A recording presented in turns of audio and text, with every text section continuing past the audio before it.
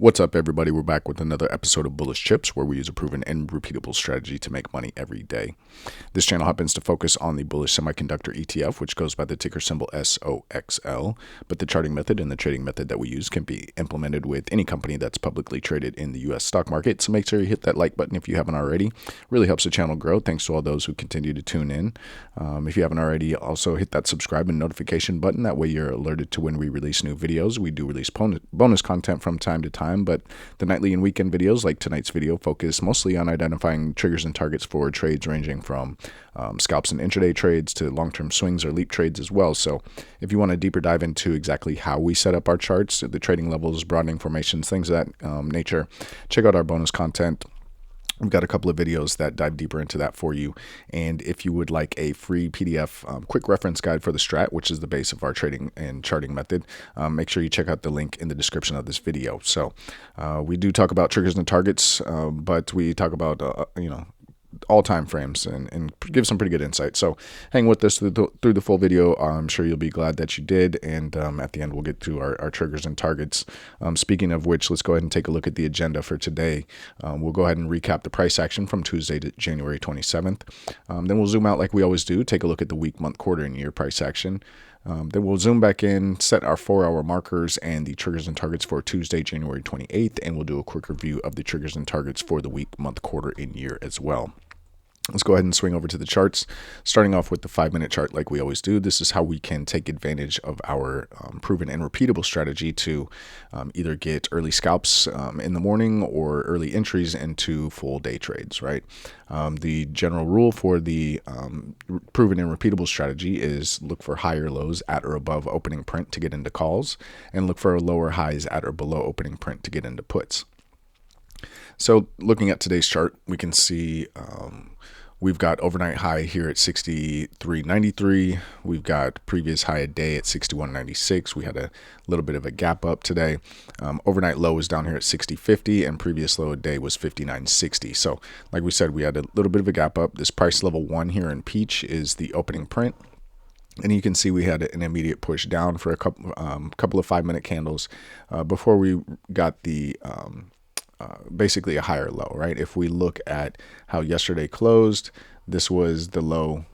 We can even pull it back a little bit further, right? We've got a low, high, low, and starting with today, we've got this higher low, right? So it's right at opening print. It wasn't just above it, but just at it. So a little bit of added risk, but if you take a look at, how we gapped up overnight, and then we had followed through with the internals. Let's go over here. Come on now. And we can see internals were positive and pushing up pretty much all day. We had that initial push down, but ADQD, market breadth was good. The tick was around the zero line initially, but did get up and start hitting that trend higher zone line multiple times through the day. By the end of the day, the vol QD had got up to trend higher zone as well. So money was flowing in all day, and with the momentum of the gap up, we went ahead and took the higher low here right at opening print, and that's pretty much all she wrote. You had a couple more opportunities with higher lows at the 5-minute, but by then, remember the rule for scalping with this is you get higher lows at or above opening print, and your first target is overnight high, second target is previous high a day, or vice versa. Whichever one comes first is the first target, whichever one comes second is the second target. Well, previous high a day is below us already. We gapped up, so that's out of the picture. So the next target is overnight high. We came, got our bounce, blew through overnight high, and we came up to the first extended target we had on the 4-hour and the first, on the day chart, which was the 65.04. It is the 200 fib of the bull flag from the April 7th low. So seeing how we blew through overnight high, we've got to turn to our 4-hour, 1-day, 1-week targets that we do in our notes every night. And that's what we got. We got the 65.04. We saw the what we call corrective activity in the strat world, right? Where, we see a little bit of slowdown. We don't exactly get a pullback, but we see the slowdown, digestion, a little bit, a couple of people, taking profits, some people getting into it. Basically a bull flag here. We went ahead and took 50% profit on 50% of our position here, left runners looking for our other extended targets on the day chart, 66.57 being the next. We didn't quite make it there. And after we got this kind of, I don't even want to call it a double top. I guess if you were looking at on like the 1 minute or something like that, it would look like a double top. But once we got this equal high followed by the essentially a lower low, as soon as we went below this low here, let me make this bigger for people who can't see on the phone, right? So here's our 65.04 extended target. Had our corrective activity, bull flag type of activity, and then our pop, we got up, made our equal high. Actually was a lower high during the day. I thought that was an equal high, but with the equal high, we're looking for anything below this low to take some more profit. So we once we went below this low, we took profit on 50% of our remaining position, 25% of our initial position, and we were left with 25% of that initial position that we hung on to through the end of the day. We just had that sideways action, which is expected. We had a gap up plus a push after the gap up. So this is just, looks like bullish consolidation, essentially. On the 15-minute, 1 hour, starts to look like a bull flag, right? Make this bigger for people here. Now the dip into the end of the day, it does kind of violate that bull flag a little bit. But if we look at without like this last candle, everything stayed above this 65.11 level, giving us this, flag pull and then a flag on the day. Will we see follow through tomorrow? We'll see, we've got economic numbers being released in the morning. We've got big tech earnings, and then not affecting the morning's open. Well, it could, just with people anticipating and not jumping in right at open. But we do have the FOMC rate decision at 2:30, I believe, Eastern, and Powell at 3. So we could see just a muted morning with everybody kind of sitting on their hands until we get that rate decision. But we do have the economic numbers and big tech earnings that could, spice it up a little bit. So just be ready for anything tomorrow. Just kind of like how we've been playing it every day since we've been in this range for the past a little week and a half now. But again, we did hang on to some runners, expiration next week. We've still got a majority of our February monthly positions as well. We sold a couple last week, but the rest of those we're still hanging on to as well. And things are looking pretty good, right? If we look at the 1 hour, again, it's kind of a bull flaggy situation. Did kind of droop down here, but we'll see what happens. And actually, if we look, oh geez, we're already up $2 in after hours. So what's that? 3%. 3.3% we're up in after hours. So good chance that we could be breaking out of this bull flaggish type of situation and going higher. If we look at the 4 hour, just zooming out a little bit more, let's get a less cluttered chart, right? We can see that we had the higher low right here. We're pushing up. We just need to watch out on the 4 hour. Are we going to get a lower high, or are we going to continue to push and get that higher high? Right now in after hours, we're at 67.10. So getting above the 66.96 is the key in actual trading hours. Overnight session highs, they kind of count, but not really. If we get up there and overnight, then there's a decent chance that we can get back there in real trading hours. But the volume in overnight is just nothing compared to regular day trading. So the 66.96 is still the number that we want to look to get above tomorrow. If we can open above it, perfect. Then we're opening with the higher high after the higher low, and we're just continuing this uptrend. If something were to happen, if we get somebody else's earnings tomorrow morning, or if some type of economic numbers get released tomorrow morning that send the market down, and we lose everything that we had overnight and we push back down to the downside, we're watching for a break below Tuesday's low, because if that happens, then that locks Tuesday in as a lower high. And now we're looking at, all right, are we kind of topping here and need to roll over? Are we going to fill this gap? What are we going to do to the downside? That you got to keep that in mind. And with that inside candle, the second 4 hour of Tuesday's session, it does show a little bit of indecision going into close, although it was in the upper half of the first 4 hour candle of the day. Looking at the day chart, right, that locks in yesterday as a higher low, and just continuing to see if we can get that higher high, just like we were talking about on the 4 hour. All right.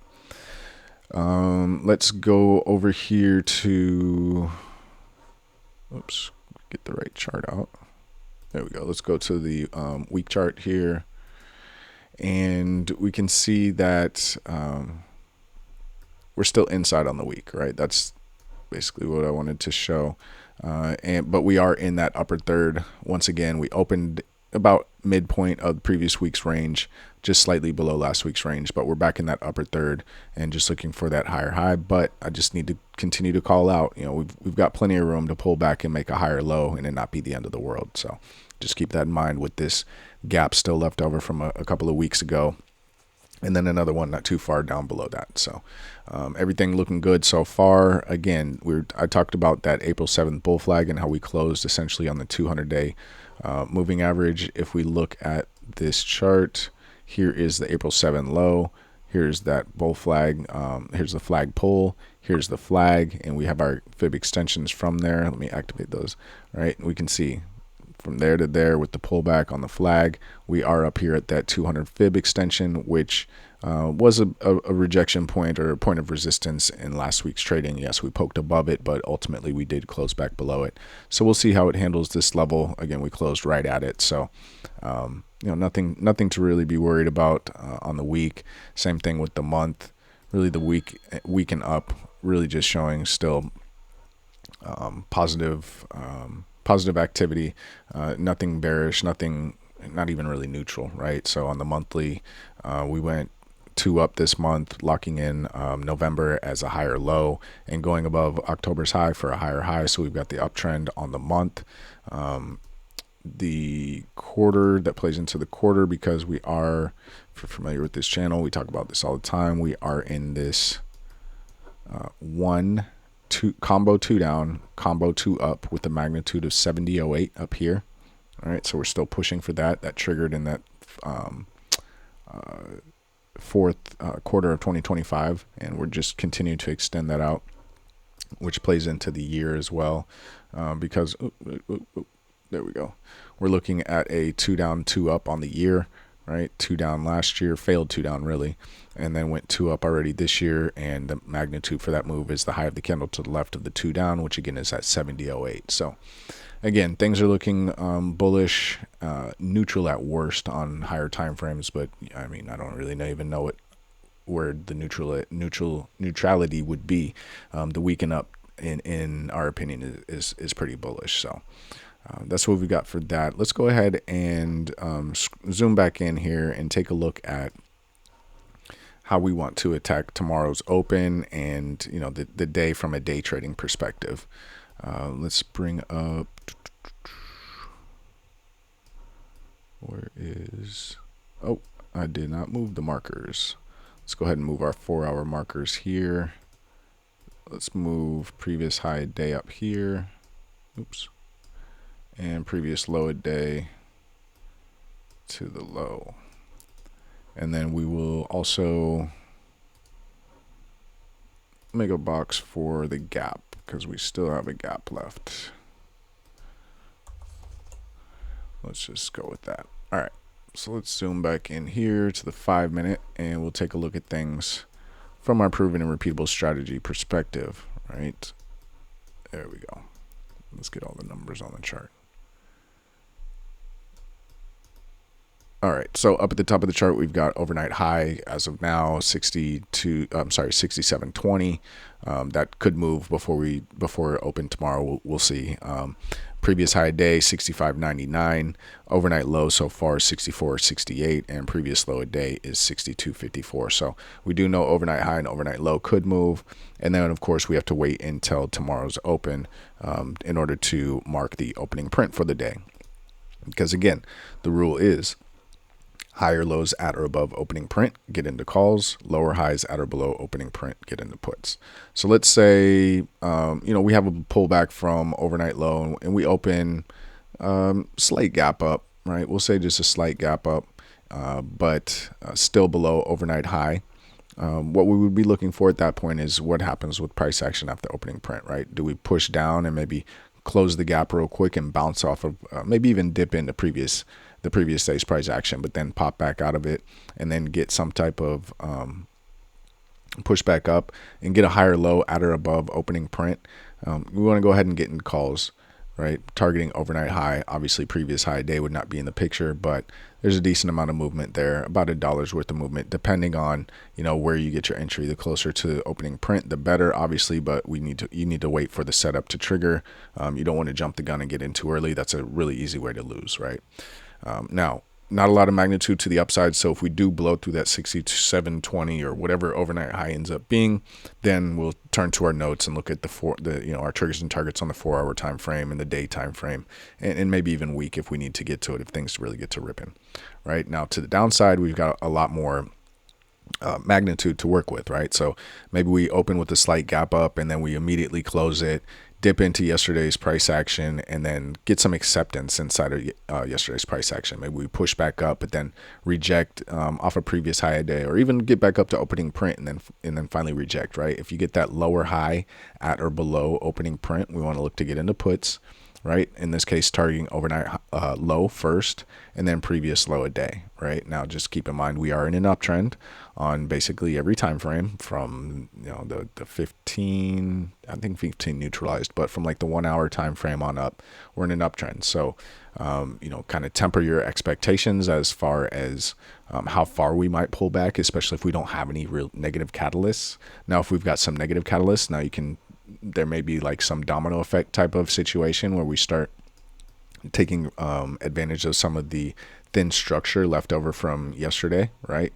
Or from Tuesday, right? We could close this thin structure, gain momentum as we do, hit previous low a day, close this gap, right? Now we're back at last week's 50% level. And if we really start getting weakness into the afternoon, maybe with the rate decision or with something Powell says during his press conference, we could go ahead and close that gap and keep pushing down, right? We could run into that type of situation.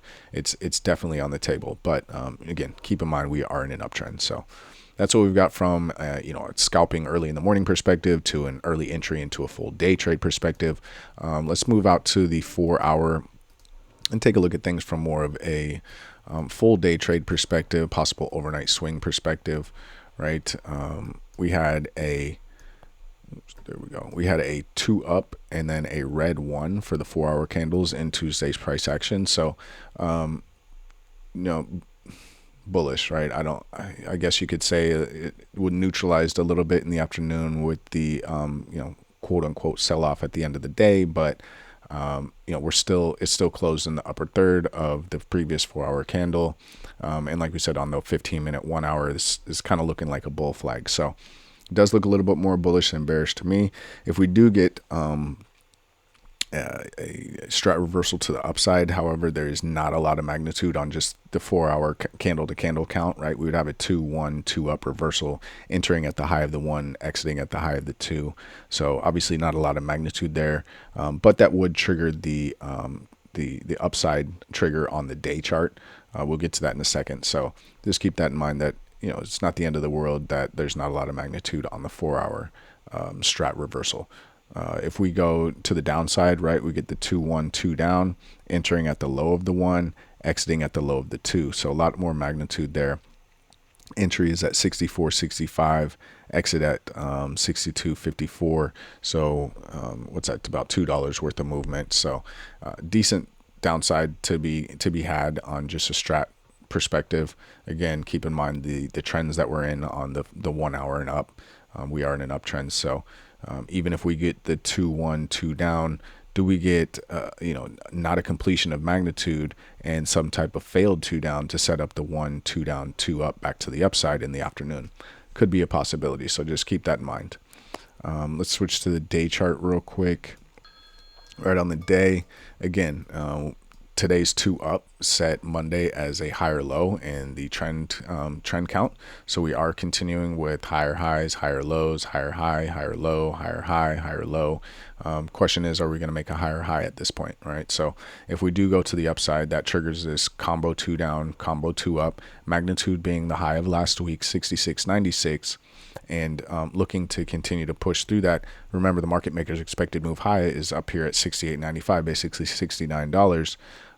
So it is, there is more room to push the upside if we're just looking at just purely the market maker's expected move, right? To the downside, right? If we go 2 down on the day, that locks Tuesday in as that lower high, and now we're looking at, okay, are we going to go sideways or are we going to actually start into a downtrend?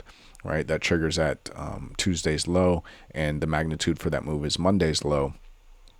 At that 2 up, 2 down reversal. So that's it can go either way. Again, we're more bullish leaning than anything, but that doesn't mean tomorrow just has to take off. Right, we can have bullish consolidation by moving sideways. And really, even if we go 2 down on the day, if we get another situation where we go 2 down and we catch support at last week's 50% level, maybe we make a failed 2 down or just, don't make a lower low or even equal low. And then the next day we might go 2 up and now we've got another higher low. Now we'll be following a lower high. So that just indicates more bullish consolidation. So we're ready for either direction, right? With our triggers and targets, we'll go either direction. It doesn't matter which way price goes for us, but we are leaning more bullish than bearish, right?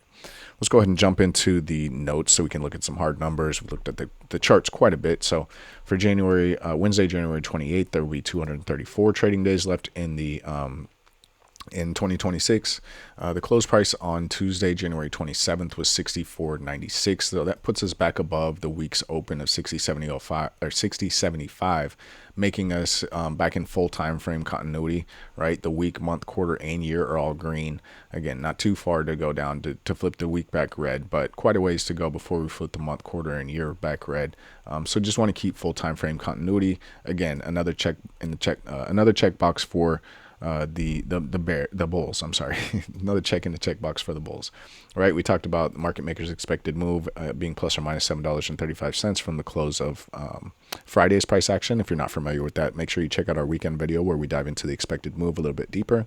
But that does give us that 68.95 to 54.25 range for this week, expected range for this week. And you can see how there's still room for us to push up even after today's gap up and go, right? We don't have any gaps above right now, but we always keep track of, our gaps. So we do know where the ones are to the downside. And then we talked about on the 4 hour, if we do go to the downside, there's a 2-1, 2 down reversal triggering at 64.65 with a magnitude of 62.54. So decent magnitude there. And that actually does trigger that domino effect that we were talking about before. If we do reach STRAT, the magnitude of that STRAT, that then triggers a 1-2 up combo 2 down, which would take us all the way down to 62.09. All right, that's to the downside. Now to the upside on the 4 hour chart. If we do go to the upside, that gives us a 2-1, 2 up triggering at 65.97, magnitude of 65.99. So 2 cents of magnitude, nothing there, right? But if we get there, there should be momentum, catalysts, things of that nature that are driving the market at that point. Unless it's just some slow sideways grind where we're just barely ticking up. We have our extended targets on the 4 hour chart to the upside of 66.96 and 67.39. All right, we talked about on the day chart, if we go to the downside, breaking below Tuesday's low, 62.54, that does put us in a 2 up, 2 down. Magnitude of that move is 59.60, and if we really get some steam going, 57.22 would be the extended target. Again, just want to bring to the forefront that we are in an uptrend on the hour and up. So How far we pull back on these pullbacks remains to be seen. These are what the triggers and targets are according to the strat, by rule. But you don't always reach those when you're going opposite of trend, right? So just keep that in mind. There is that possibility, that domino effect giving us that bigger magnitude, but just look at the trend that we're in. Going back to the triggers and targets here to the upside, that is the combo 2 down, combo 2 up triggers. If we go above Tuesday's high, 65.99, that does have a magnitude of 66.96, so a decent dollars worth of price action there. And if we do continue on with some momentum, we've got 68.02 and 68.56 as our extended targets. We talked about on the week, we are green, but we have not gone 2 up or 2 down on the week. So just keep that in mind. If we go 2 up at 66.96, it's just a 2 up continuation. We don't have any magnitude on that move. We just have extended targets out there, right? To the downside, if we are to get down there and trigger, that does give a strat reversal with a clear exit of 52.35, but can kind of domino if we really get bad news, bad catalyst, things of that nature, because of we've just been going 2 up every week. So from a weekly perspective, there's a little bit of thin structure there as well. So we've got some gaps below to the downside that if things really take a turn, we could take a really deep dip very fast. All right. But going back to the upside on the week, if we do get above that 66.96 again, it's just a strat continuation. So we just have the extended targets out here. 70.08, obviously that big one, and 74.21 is the all-time high. So just keep that in mind. On the month, 2 up continuation. It has reached magnitude and gone beyond. So we're looking at the extended targets again, 70.08, that magic number, and just continuing to look for that. On the quarter, looking to finish out that one combo 2 down, combo 2 up strat reversal at that 70.08 level as well. And we've got some extended targets out here, even past the all-time high, in case we get into blue sky territory before the quarter's over and before we get any significant pullback. And then lastly, on the year, we talked about how we triggered that 2 down, 2 up at 50.76, and the magnitude for that move is at 70.08 as well. So just keeping all of that in mind, and just remember where trend is, right? If you're going to go counter trend, just be on your toes and be ready to take profits.